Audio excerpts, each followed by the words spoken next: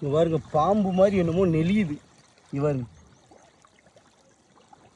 பாருங்க, அப்பா ஊதுது தலை.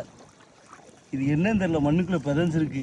வணக்கம், உங்கள் மீனவன். பாருங்க, நான் வந்து பார்க்குறேன், பாம்பு மாதிரி என்னமோ கடற்கரை வழி நாங்கள் வர்றோம், நெளிஞ்சிக்கிட்டு கிடக்கு, மண்ணுக்குள்ளே பதஞ்சிருக்கு. இது என்னன்னு உங்களுக்கு காட்டுறேன் பாருங்க. இப்படி பக்கத்தில் இங்கே பாருங்க, இதோடைய வாய்ப்பகுதி இதுதான். எப்படி இருக்கு பாருங்க, அப்படியே கையில் எடுப்போம் பாருங்க.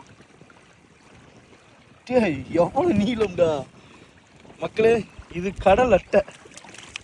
எப்படி மண்ணுக்கு வந்து மண்புழு முக்கியமோ அந்த மாதிரி கடலுக்கு வந்துக்கிட்டு இது ரொம்ப ரொம்ப முக்கியம். இது ஒரு உயிரினம். கடலில் வந்து இது ரொம்ப ரொம்ப முக்கியம். கடல் பாதுகாவலன்னு சொல்லலாம். கடலுடைய எப்படி மண்ணில் மண்புழு இருந்தால் விவசாயம் நல்லா இருக்குன்னு சொல்கிறாங்களோ, கடலில் இது இருந்துச்சுன்னா மீன் வளம் ரொம்ப நல்லா இருக்கும். அதனால தான் இதையெல்லாம் பிடிக்கக்கூடாதுன்னு கவர்மெண்ட் தடை செஞ்சு வச்சுருக்காங்க. நாங்கள் சும்மா ஆற்றுக்கு வர்றோம், மண்ணில் பதஞ்சு கிடக்குது. ஆடு இப்போ இதை என்ன பண்ணுறோம்னா, நம்ம எடுத்து நடுக்கடலில் ஒதுக்கி போடுறோம். எப்படின்னா அலைகள் அடிச்சுட்டு வந்து அப்படியே கரை ஓரத்தில் ஒதுக்கி கிடந்திருக்கு. இப்போ தூக்கி இதை கடலில் வீச போகிறோம். பாருங்கள் எப்படி இருக்குது அப்படின்னு.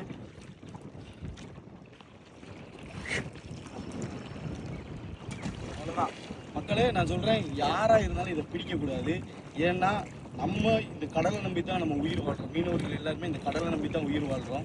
அதனால இந்த கடல் ஆரோக்கியமாக இருந்தால் மீனவர்கள் எல்லாருமே ஆரோக்கியமாக இருப்பாங்க.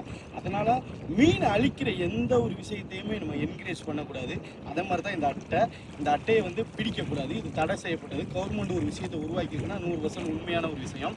பாய்.